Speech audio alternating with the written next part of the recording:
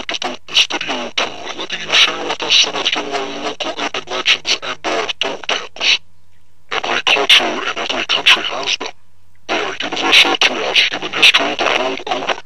And while I am forever skeptical, lending credence to less than one of every 1,000 I read or hear, I find them irresistibly fascinating, both for their literary value and for what they can say about the cultures in which they originated, whether it be an ancient yarn of flesh-eating goblins in the woods, or a postmodern caveat about the dangers of cellular telephones. Folk and urban myths are the timeless tool by which cultures express their fantasies and fears. As for myself, I know of a few interesting local urban legends, one of which is what I am sure is an adaptation of a recurring tale, often known as the Crybaby Bridge. Anyway, the story goes that a woman whose husband had left her while she was pregnant, and had no way to support herself or her newborn child, flung herself, child in arms, off the bridge into the freezing water and certain death below.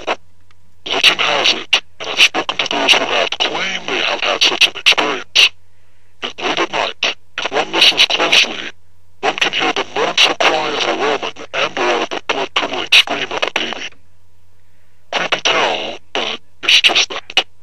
Then we have the tale of the headless biker, likely a modern incarnation of ancient headless rider legends. This story goes that, sometime during the late 1950s or early 60s, a young member of a motorcycle gang caught his fiancée with another man. Enraged, he stormed away on his motorcycle in such a fit of anger that he lost control of his vehicle and crashed into a deep ravine. When the police arrived at the scene, they discovered the bike in pieces, the biker decapitated.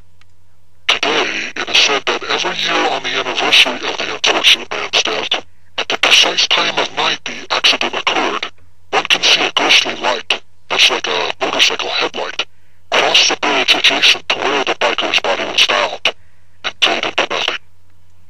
Some have even claimed to have seen the apparition of a biker, complete with 1950s-style boots and jacket. Everything, it seems, but a helmet and head. The next story is just as archetypal, but more locally centric and tangible. There is a local barn that sits right next to what I must say is a very spooky old road. According to unverifiable accounts, the original owner of the barn, in a state of madness, the reasons vary from story to story, slaughtered his wife and 3 children in this very barn about 100 years ago. Today, though I have never been inside the barn myself, it is open to the public, and people have said that they can see fainted red streaks covering the walls inside the barn. It is claimed that the current owners, descendants of the original family, have tried countless times to wash away the red marks, even painting over them, but they always reappear. Others have said that if one looks through the windows of the barn at the right time of night, one can see the ghost of the crazed old owner slashing away at his family, blood splashing against the windows. While I, of course, believe such claims are mere trappings of a good ghost story, I will say that it is interesting that, on a nearby 3-curve road sign, a strange black mark in the shape of the barn appears in a spot directly accordant to the location of the barn in relationship to the curve in the road. If nothing else, it is a very eerie and atmospheric barn and road. What are some of your folk tales and